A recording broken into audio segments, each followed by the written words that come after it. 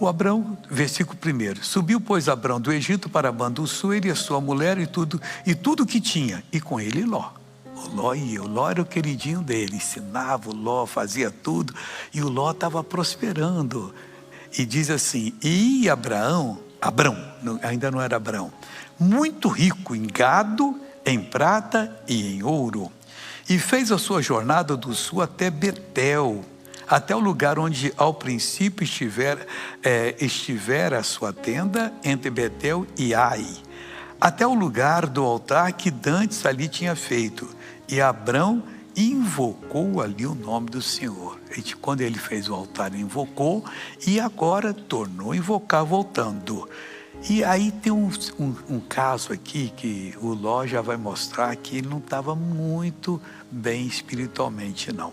Diz assim, e não tinha capacidade a terra para poder habitar juntos, porque a sua fazenda era muita, de maneira que não podiam habitar muitos. E houve contenda entre os pastores de gado de Abrão e os pastores de gado de Ló. E os cananeus e ferezeus habitavam então na terra. E disse Abrão a Ló, ora, o Ló não fez nada. Deixa eu explicar aqui para você. Tem muito cristão que é assim, está tendo recurso, não reconhece o erro. E ele deveria ter falado, pastores meus, reuni todos eles, eu vou mandar vocês embora. Eu vou dar até o meu gado para o meu time, porque se eu sou alguém hoje foi porque ele me criou. Agora vocês vêm brigar com os pastores dele? Que negócio é esse? Mas talvez até um jeitinho lá ele incentivava essa briga.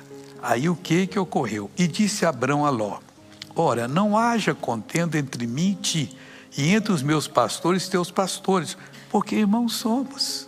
Ele é sobrinho, irmão, é família, somos família. Não está toda a terra diante de ti? Eia, pois, aparta-te de mim. Se escolheres para a esquerda, irei para a direita. E se para a direita escolher, irei para a esquerda. Por que ele falou isso? Quem propõe algo tem que dar a opção do outro aceitar ou não. Eu tinha uma sociedade de roupa quando era jovem com um irmão mais velho. E não estava dando certo algumas coisinhas ali. Aí um dia eu cheguei e falei assim, vamos parar hoje a nossa sociedade. Vamos calcular quanto nós temos, quanto temos para receber e para pagar. E o que ficar vai ter que pagar o outro. Agora eu estou lhe propondo, porque eu baseei nessa palavra. Eu não tenho direito de escolher. Eu pergunto, vou te passar tudo. Nós temos tanto, tem que pagar tal. E se eu ficar, eu vou te pagar esse tal. E se você ficar, tem que pagar. Agora você escolhe. Você sai ou fica? Ele pensou, eu fico. Eu vou cobrar, hein? Não, pode cobrar. E não me deu prejuízo, não. Então ficou, eu saí, fui fazer outras coisas, porque não estava dando certo. Eu sendo um rapaz de Deus, ele ainda não era, e começou a ver, até que um dia ele viu. Mas ainda não estava completo a mudança na vida dele, não. Eu falei assim, tudo que eu pegava, que eu tinha lucro, eu dava o dízimo. Esse é otário. Rapaz, o que é isso? Rapaz, você cresceu dentro da igreja. E você conhece a nossa família por parte de pai, que eles são pessoas honestas. E você não está dando dízimo por quê? Eu sou bobo, dinheiro para pastor. Que pastor, rapaz? Para com isso. Isso é para a igreja. É porque Deus mandou. Aí um dia eu falei assim, vamos fazer o seguinte, eu vou te dar uma prova hoje. Nós vamos sair daqui, o lugar chama Morro Agudo, ali depois de Nova Iguaçu. E tem uma rua que passa os ônibus, nós nunca fomos lá. Chama-se Manuel Teixeira. Nós vamos começar essa rua do início ao final. É casa de pobre, é barraco, é casa melhorada, é tal. Não vão vender. Chegou a tarde, ninguém tinha mais nada nas bolsas. E se recebia depois. Marca os seus cartões, eu vou marcar o meu. 2 meses depois, fomos acertar contas. Eu falei assim, quantos dos seus cartões você levou prejuízo? 11. E o seu? Nenhum. Ficou assim, rapaz, seja fiel a Deus, rapaz, Deus abre a porta. ele ficou tão forte nesse negócio de dízimo que o pastor que nós frequentava a igreja, o nome dele é Adilson, chamava dele Adízimo. Porque ele pegava e ia lá e entregava o dízimo. Aí veio brincar, o adízimo está aí? Mas ele queria porque viu que o negócio é sério. Irmãos, não tem coisa melhor do que quando nós andamos com Deus e respeitamos a palavra. Se é dele, é dele. Se é meu, é meu. E acabou. E tem que ser assim. Então o Abraão falou com ele e você sabe qual que ele escolheu, né? Ele olhou bem assim, à esquerda. Eu vou para lá, porque era cheio de águas, lugar bom para plantar e colher. Enriqueceu. Mas, vou deixar para o próximo culto, eu vou falar. Perdeu tudo depois. E se não fosse o Abraão, ele teria ficado no prejuízo. Olha só, o tio ficou no prejuízo, mas não guardou ódio. E aconteceu tudo isso.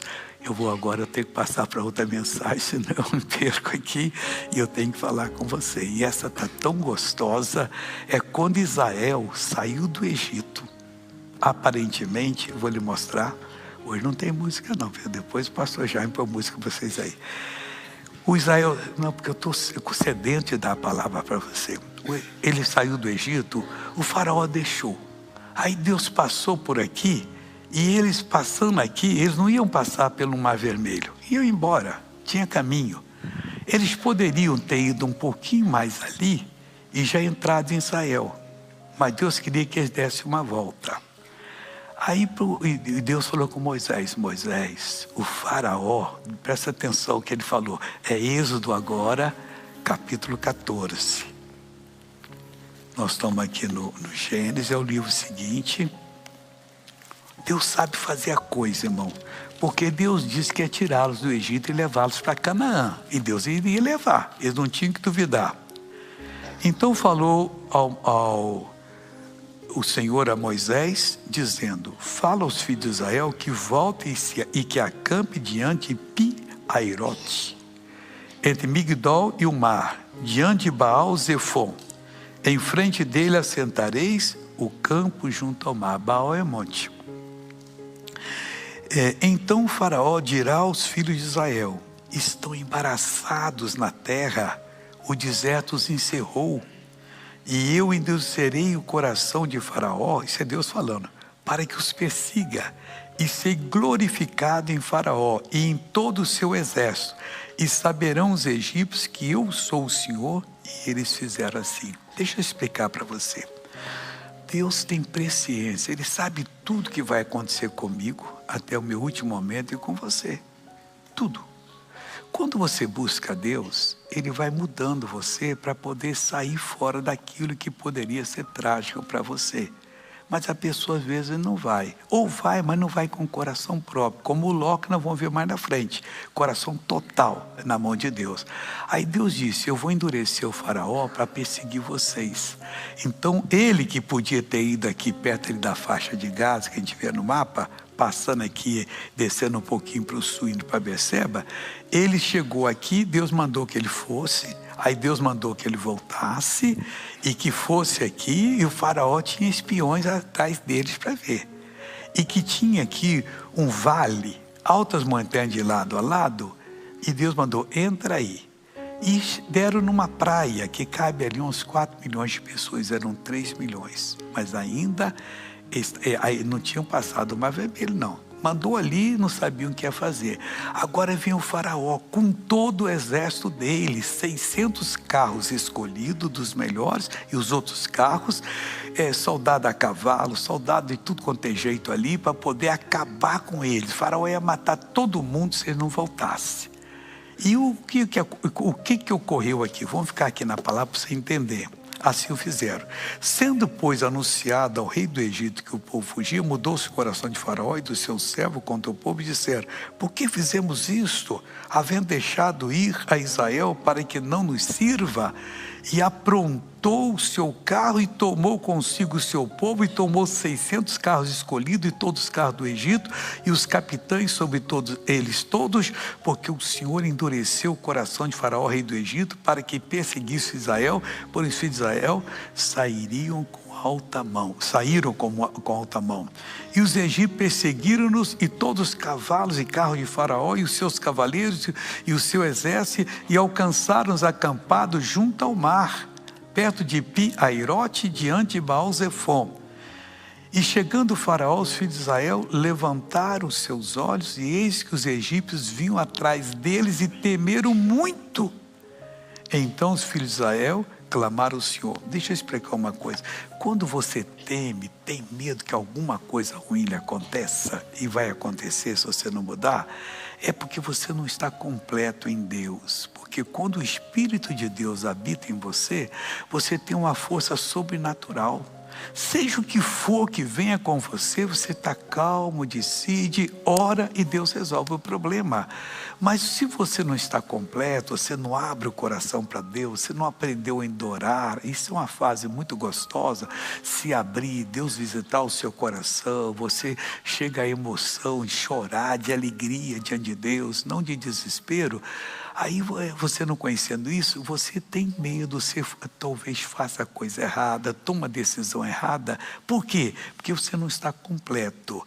Ele diz na Bíblia, na palavra dele, e servireis o Senhor vosso Deus de todo o vosso coração, com toda a vossa alma e com todas as suas forças. Esse ponto não é para forçar ninguém, mas você vai aprender e vai querer mesmo. Aí você vai só alcançando bênção, alcançando bênção. Isso, a nossa história mostra milhares de pessoas que assim o fizeram e foram abençoadas. E Deus então abençoa a pessoa.